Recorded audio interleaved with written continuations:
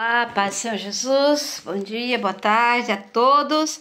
Vamos para a nossa quarta aula, a importância de ser cheio do Espírito Santo. Nós já passamos pela decisão de servir, a decisão de aceitar Jesus, a oração, uma leitura bíblica, a vida espiritual, uma mudança de comportamento, a mudança de atitude, né?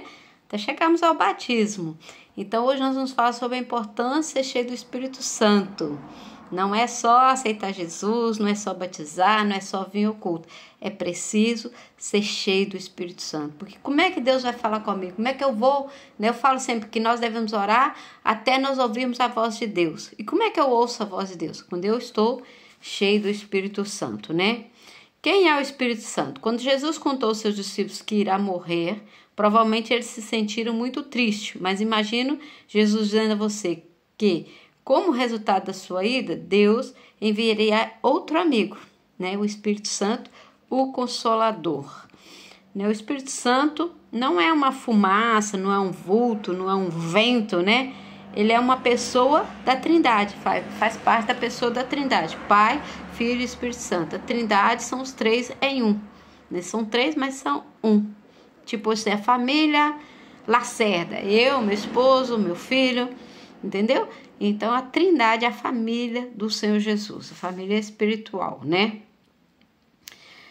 Ele é uma pessoa e significa que podemos manter um relacionamento com ele. Apesar de não podermos vê-lo, ele é real. O Espírito Santo é uma força da natureza. Quando nós estamos cheios do Espírito Santo, a vontade que a gente tem, parece que a gente está flutuando, né? Tem um hino que fala assim, eu não sei se a igreja subiu ou se o céu desceu. Eu só sei que a igreja está cheia da glória de Deus. Quem esteve no culto ontem puderam ver a irmã Monique pregar em Atos 2 sobre a descida do Espírito Santo, sobre estar cheios da graça. Ao contrário de estar vazio, né? Algo que é graciado, que é de graça. Então, o Espírito Santo é a terceira pessoa da Trindade, como nós já falamos, né? Quando o cristão deve conhecer a realidade e o poder do Espírito Santo, torná-lo centro de sua vida, né? Nós precisamos conhecer a Trindade de Deus. Como? Eu me deixo levar. Eu oro, Espírito Santo, vem sobre mim, Espírito Santo, enche a minha casa, enche a minha vida. Vai orando ao Espírito Santo, vai orando a Deus. Senhor, eu preciso de unção, Senhor, eu preciso de refrigério, Senhor, eu preciso de graça, misericórdia. E nós vamos orando e vamos falando isso e outras coisas que nós vamos sentir no nosso coração. E Deus vem e nos enche com o teu Espírito Santo, né? Precisamos de estar cheio, de estar gozando, né? Dessa plenitude do Espírito Santo.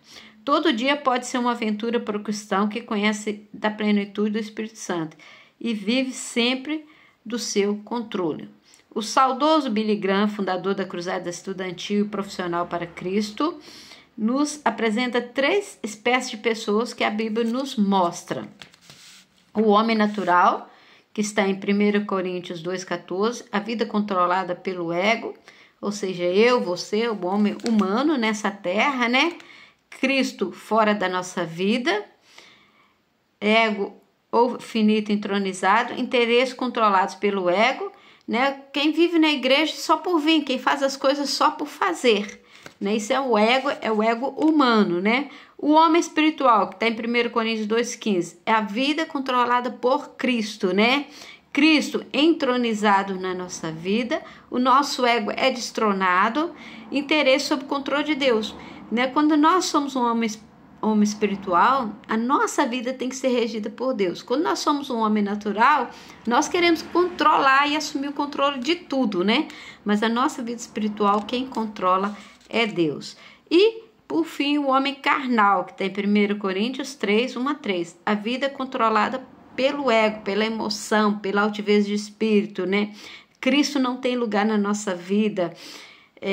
Nós é que somos Deus, né? Hoje mesmo eu vi uma pessoa postando ao Deus vivo Cristiano Ronaldo. Quem é o Deus vivo Cristiano Ronaldo? Pelo amor de Deus, né? Então, nosso Deus é o Deus vivo. Ele é o centro da nossa vida. Nós não somos nada, nós somos criaturas e depois que aceitamos Jesus, somos filhos de Deus.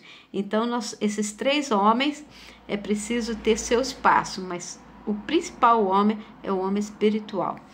O homem natural é aquele que ainda não conheceu Jesus. O homem espiritual é aquele que Deus tem controle sobre a sua vida. O homem carnal é aquele que faz tudo segundo a carne, né? Quem controla muitas vezes é o inimigo, né? Por que nós precisamos ser cheios do Espírito Santo? O batismo no Espírito Santo é uma das grandes necessidades do cristão. Ser cheio do Espírito Santo é obedecer um mandamento. E não vos embriagueis com o vinho, no qual há dissolução, mas enchei-vos do Espírito Santo. Buscar a Deus, ser cheio do Espírito Santo, deixar o Espírito Santo te dominar. Quando o Espírito Santo rege a sua vida, quem toma a direção é Ele. Eu vou embora, eu vou ficar, eu vou passear, eu vou comer, tudo Deus direciona. É muito bom, é muito gostoso. Se o Senhor Jesus é o... Então, sobre o batismo com o Espírito Santo, é Efésios 5,18, né?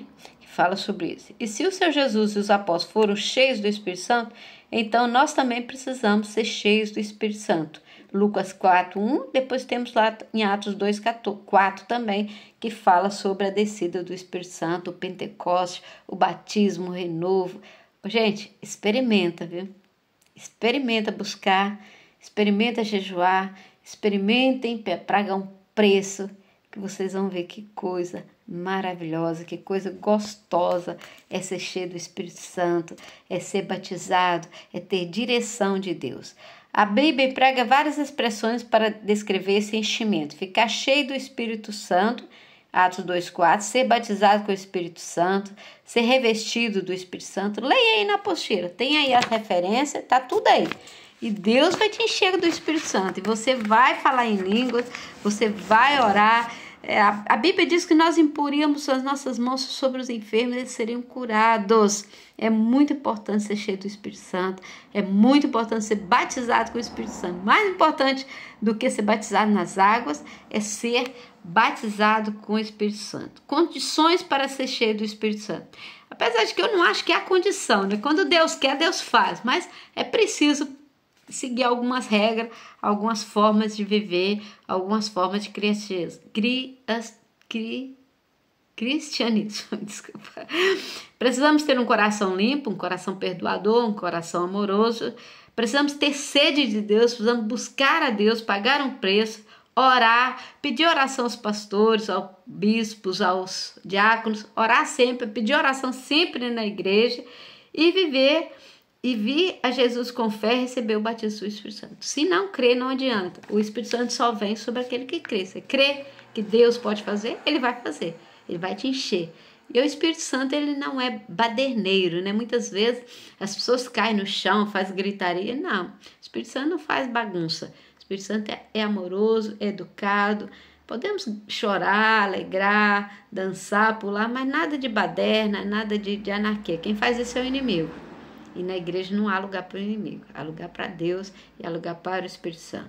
Os resultados de uma pessoa cheia do Espírito Santo: falam novas línguas, louvam a Deus, profetizam, têm visões espirituais, testemunham a respeito de Jesus, tem mais sensibilidade contra o pecado, uma vida que glorifica Jesus Cristo, mensagem profética e louvores, maior desejo de orar e interceder. Do nosso interior fluirão rios de água viva, ou seja, o Espírito Santo. Então, todos esses itens, tá aí as referências, vão buscar, vão ler, vão estudar. Eu estou fazendo meu trabalho, e vocês estão? Então, aqui tem as perguntas. Você sabe qual a diferença entre ter o Espírito Santo e ser cheio do Espírito Santo? Baseado no diagrama da página anterior, qual desses tipos de homem você se enquadra? Espiritual? Carnal? Qual deles você gostaria de estar, de ser? Então, leia, busquem, orem. E se você quiser, você vai ser cheio do Espírito Santo. Amém? Até a nossa próxima aula, que será a quinta. Hoje é a quarta aula. Beijo no coração, Deus abençoe.